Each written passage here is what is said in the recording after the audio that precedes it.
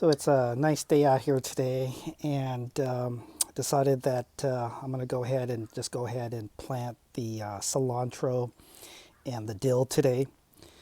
Um, it's middle of spring, and cilantro and dill are cool weather herbs, vegetables to grow, and so I'm going to go ahead and plant them.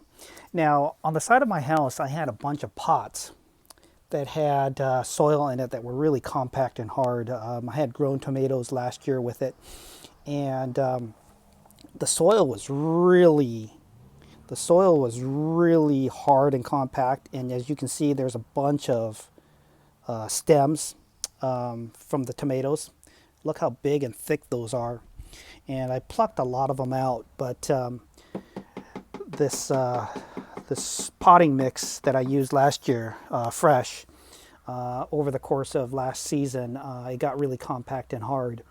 And so what I did was I went ahead and put it in the wheelbarrow, kind of mixed it up, took out all the hard stuff.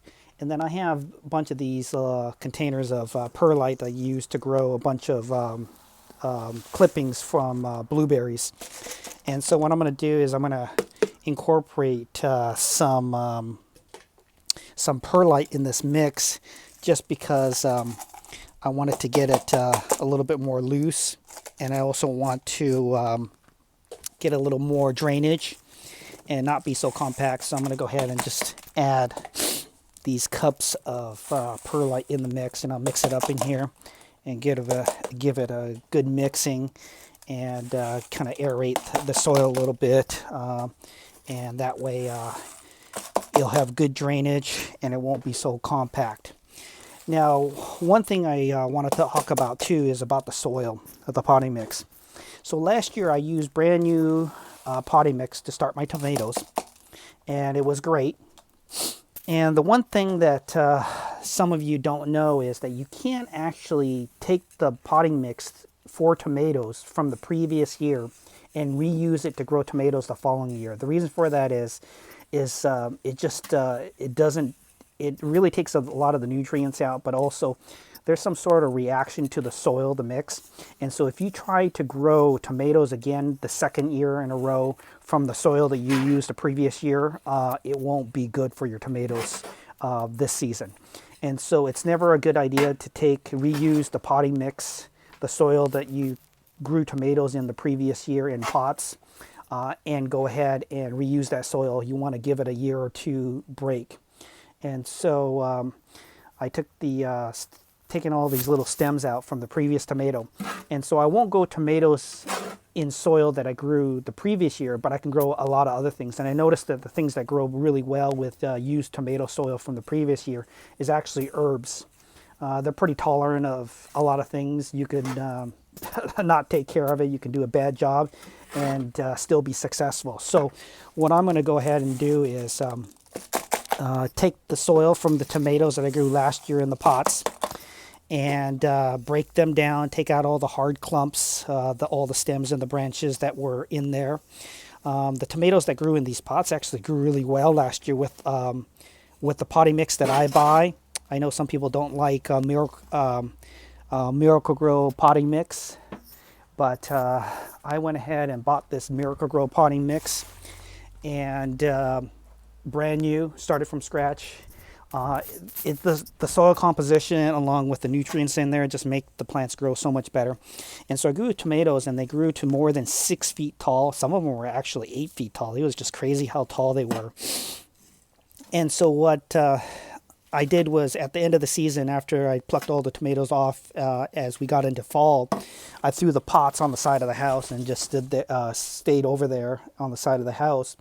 And part of the problem with that situation was the dirt in that pot got a little bit root bound. It also got a little bit hard and compact over the winter time. These pots are probably a little bit too small for growing tomatoes, to tell you the truth. They should have been a little bit taller.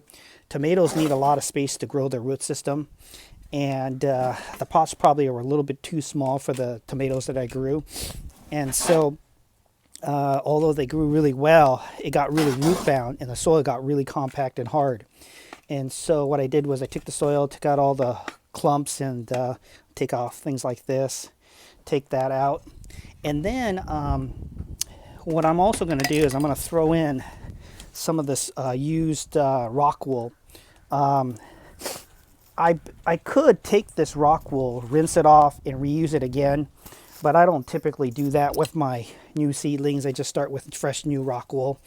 But I try not to waste anything, and so since I want to get the soil a little bit softer, more manageable to work, give it aeration, good drainage, anything I have left over like extra perlite, the white stuff, or rock wool, I'll just go ahead and throw that in there, and it'll help keep the soil nice and loose and fluffy, and also provide good drainage. And so now that the soil is ready to go, what I'll do is I went ahead and took the dill from last year and the cilantro from last year. As we got into the summertime and it got really hot, it started bolting and flowering, and then I let the season go through, and I went ahead and let it flower and go to seed. And then once it started flaking and drying off, that's when it's a good time to harvest the seeds. You don't want to harvest your seeds from cilantro and dill too early, because you got to let the plant kind of die off, get dry. And once the seed starts kind of falling off on its own, then you know that it's a good time to go ahead and harvest those seeds. So I harvested the seeds after the plant died off and some started falling onto the ground. And I went ahead and saved the cilantro seeds, and I put them in a paper sack. Now, you don't have to do this, but I just put it in the refrigerator, and I leave it in the bags kind of sealed up. You don't want to store your seeds in a hot place. You don't want to store seeds in a damp place. You also don't want to store your seeds in a plastic bag or even a Ziploc plastic bag, because the moisture gets retained in there and then it ends up rotting. And so paper is really the best, so I just use envelopes. Now, for those of you who are buying the seeds, of course, you're not going to buy this many seeds, but because I got them free, I'm just going to go ahead and just sprinkle them in here. And I have lots of cilantro seeds from all the plants that I grew last year. And so I'm going to go ahead and I'm going to do like what I did with the lettuce. I'm going to go ahead and just really put a lot of seeds in here and just kind of bunch them up in there. And so they'll be all crammed up in there, but that's perfectly fine. I'll end up getting a lot of bushy leaves from this bowl. And then what I'm going to do is I'm going to go ahead and as the cilantro grows, I'm going to go ahead and as I need cilantro for cooking, for salsa and other things, I'll go ahead and just chop off what I need from the tops. And I'll just keep on growing it and cutting it, and I'll be able to harvest and use it for a long period of time. And so that'll be perfect. I'll be able to have cilantro throughout the year. And cilantro is a cool season crop, meaning that once it gets to 70 degrees to 75 degrees and hotter, it tends to bolt more easily, go to seed, and starts flowering. And you won't get the tender leaves and the nice flavors out of the cilantro leaves when it gets too hot. So what I typically like to do is, right now it's in springtime, so I can go ahead and I can put it in a nice sunny location once it starts sprouting. And then once the weather gets to be about 70, 75, I'm going to go ahead and I'll put it kind of by the front door. It gets good morning sun. It doesn't get much sun during the hottest part of the day because I don't want it in blazing hot weather. So as we get into summer, when the weather gets between 70 and 75 degrees and hotter, I'm going to go ahead and kind of somewhat shield the cilantro and the dill from the mid-afternoon blazing sun. I want the plant to keep on giving me the flavors from the leaves and from the stems. And what I'll basically do is I'll cut it when I need it, keep on letting it grow. By shielding it from the afternoon sun, it won't bolt and go to flowering and seeding, and I'll be able to continually harvest from that on a regular basis as we get through the season. Now, what I'm also going to do is I'm also probably going to go ahead and I'll bag up this container. What I mean by that is I'll put a plastic bag on the bottom and I'll put a plastic bag on top. The nighttime temperatures here are still hovering around anywhere from the very high 30s a couple times a week to about mid 40s to high 40s in the evening. And I want this cilantro and dill to germinate. And in order for it to germinate, it typically likes temperatures about 70 degrees, which is about the temperature of my house. So what I'll do is put a bag at the bottom and the bag on top and cover it up, and I'll bring it inside. I don't like to bring a lot of potted pots with potting soil or dirt inside the house, because it just draws and attracts a lot of those little tiny little flies and bugs around. And so if I'm going to bring anything that's potted that has soil, I'm going to go ahead and bag it up just so that way I can keep the bugs from coming into the house. So here's the dill seeds, and I have thousands upon thousands of dill seeds I got from the dill that I grew last year. And I'm going to do the same thing that I did with the lettuce. I'm going to and the cilantro over to my right. I'm going to go ahead and I'm going to sprinkle a lot of seeds, since I didn't have to pay for these. You know, if you buy a package of seeds, you're probably going to get anywhere from 10 to 40 seeds, and you're going to have to be, you know, conserving those seeds. But for me, since I just harvested these myself, I can just put a crap load in here, and that is what I'm going to do. I'm going to bunch them up in there, and it'll get bushy and be jam-packed in there. And as I pickle my cucumbers to make pickles, or I want to make like dill dressing, I'll go ahead and just chop off the tops and let it keep on growing, and that'll be perfect. I noticed that there's some earwigs in here, so I don't want them in here, so I'm going to just pluck them off. But so basically, here's what we did. I took the old potting mix from the tomatoes, I broke them up, took out the clumps of hard dirt and the roots when it got root bound. I took out all the large stems. I took extra perlite that I had left over in the containers and mixed it in there, so that way it's airy, it retains some water and moisture, but it doesn't get waterlogged. I don't use the soil from previous tomatoes to grow new tomatoes in pots, because you can't take soil from the previous year and grow tomatoes in successful years. They tell you to wait at least 1 to 2 years, 2 or 3 years is better, before you use the soil again. So doing the herbs is a pretty good way to go. So what I'm basically doing is taking all the tomato soil from previous year, last year, and I'll go ahead and I'll grow my herbs in it.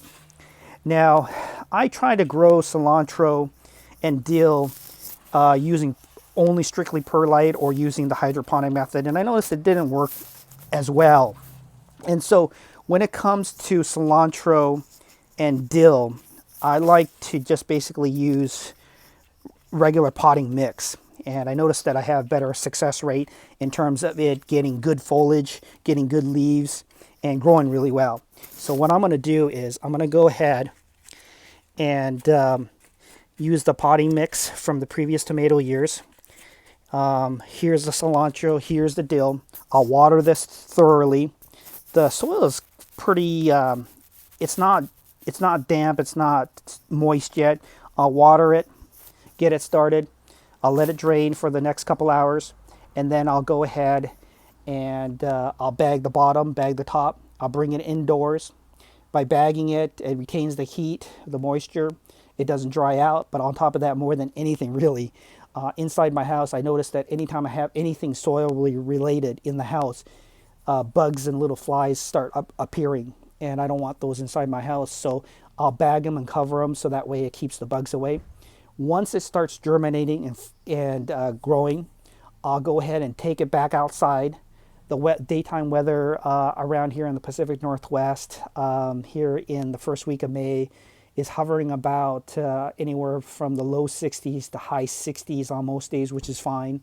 And so I'll go ahead and once it germinates and sprouts, I'll go ahead and bring it outside in full sun. Then maybe about a month later, when we start getting 70 to 75-degree weather, I'm going to put it kind of more toward the side of the front door, around the garage area, and so I'll get morning sun. The sun will disappear in the middle part of middle part of the day, the hottest part of the day, and then I'll get some rays in the late afternoon, early evening when it starts cooling off. So that'll be perfect. I'll be careful as we approach summer and as we go through summer to protect my cilantro and dill from getting too much sun, because when it gets blazing hot sun, it starts bolting very easily. Both the dill and the cilantro, they start bolting, which means going to seed. And so it will flower, it will seed. The leaves are not really edible. It doesn't taste very good. And so as long as you properly take care of your cilantro plant and your dill plant, you'll be able to harvest for a very long time and stop it from going to seed right away. And you'll be able to cut the tops of it, use it for your cooking or eating, and continue to let it grow and keep on adding more foliage and more leaves, and you'll be able to use your cilantro and dill for a very long period of time.